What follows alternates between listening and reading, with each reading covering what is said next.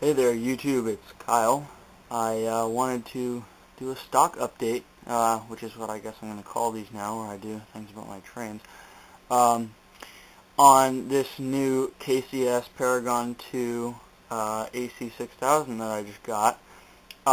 It's got some pretty cool features on it, and so I'd just like to show them off really quick. It's got startup sounds, which is nice, so here's those.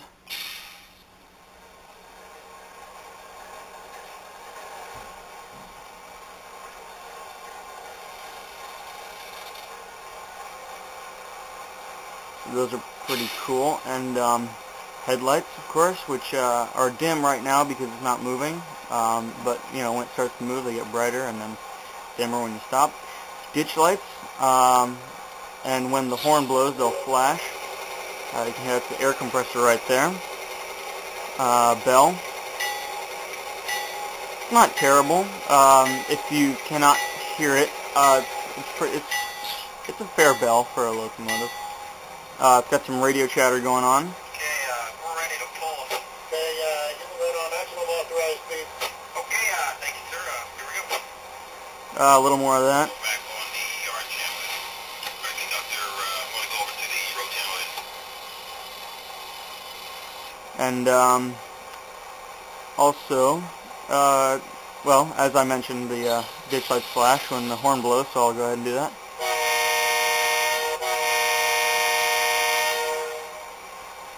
And there's also two different alternate horns.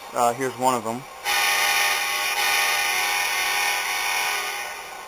Unfortunately, the other one requires a bit of programming, and it completely sucks, so I'm not going to do that one right now. But, well, you know, yeah, I'm not going to do that. But as it is, there's the bright headlights, and it's moving on up now. Yeah, that headlight's nice and bright and everything. And reverse lights.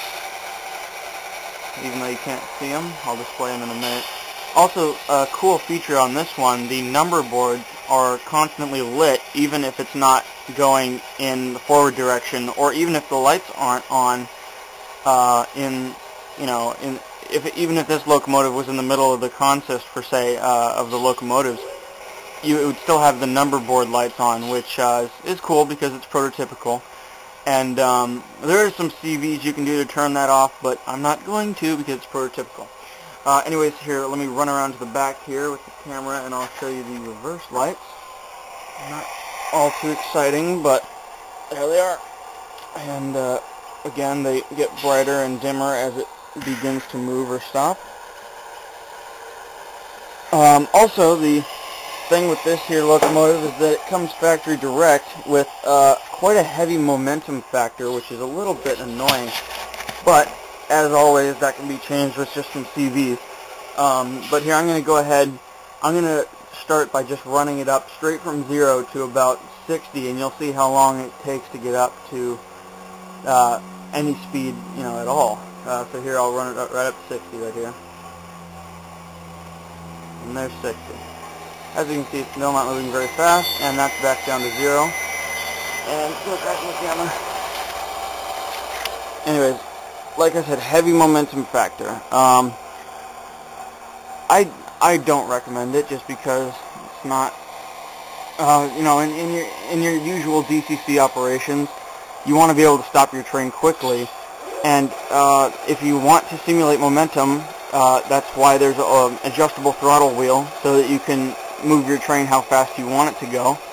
So basically I would say turn off momentum, use your own good judgment, and that way when you need it you won't be stuck with the momentum going and your train's out of reach and your train's about to crash into something. So I would just turn momentum off. Anyways, that's about it for this one. Thanks for watching, guys, and as the video's going out, I'll go ahead and give you the shut-off sounds for the locomotive. So here they are.